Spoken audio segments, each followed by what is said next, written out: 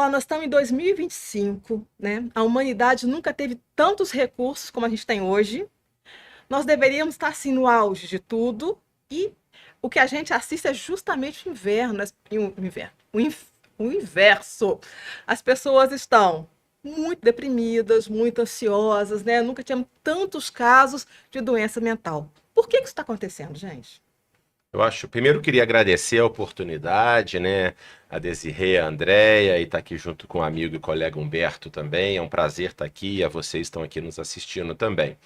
Bom, eu acho que um dos grandes desafios que nós temos, que houve uma promessa, né, principalmente do século XIX para frente, de que com o avanço da ciência, que é muito importante, nós valorizamos, nós trabalhamos na ciência, com o avanço da ciência e da tecnologia, isso entregaria um futuro brilhante, promissor e perfeito. O problema é que muitas vezes, equivocadamente, esse avanço da ciência veio também junto com o esvaziamento existencial do ser humano. Do que é o ser humano? Qual que são as nossas buscas? O que nós realmente desejamos? E muitas vezes houve uma desvalorização de valores que existiam, de conexão com o transcendente, com o divino, de conexão com um propósito último da existência, com a própria comunidade, para uma coisa muito autocentrada. Deixou-se de buscar a realização de um propósito mais amplo da vida para uma busca mais imediata do prazer, do poder e tudo mais.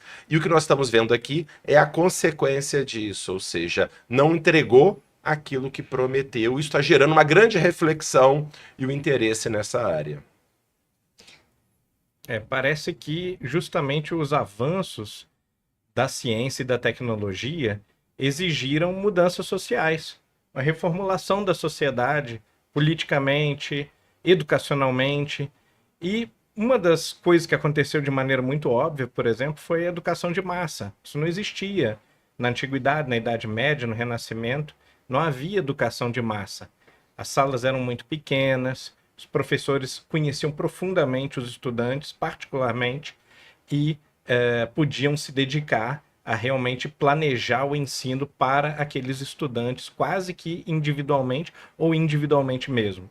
E com a sociedade de massa, industrial, né, dados todos os avanços técnicos, a educação teve que se adaptar, se desumanizando. Isso foi uma das consequências infelizes do processo de massificação da educação.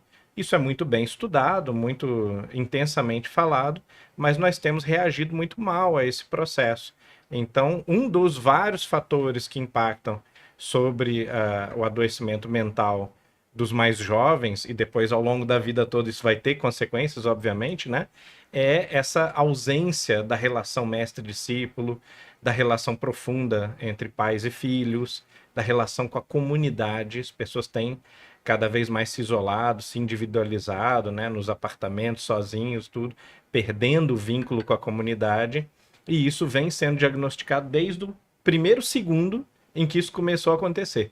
Por exemplo, Alexis de Tocqueville, na Democracia da América, comecinho do século XIX, já dizia que o grande perigo da sociedade americana, que estava ali nascendo, era o perigo do individualismo. Se as pessoas tomassem esse rumo, elas perderiam contato com a comunidade e, consequentemente, o contato com a saúde fundamentalmente espiritual da espécie humana, que tem a ver com um bom vínculo com a comunidade.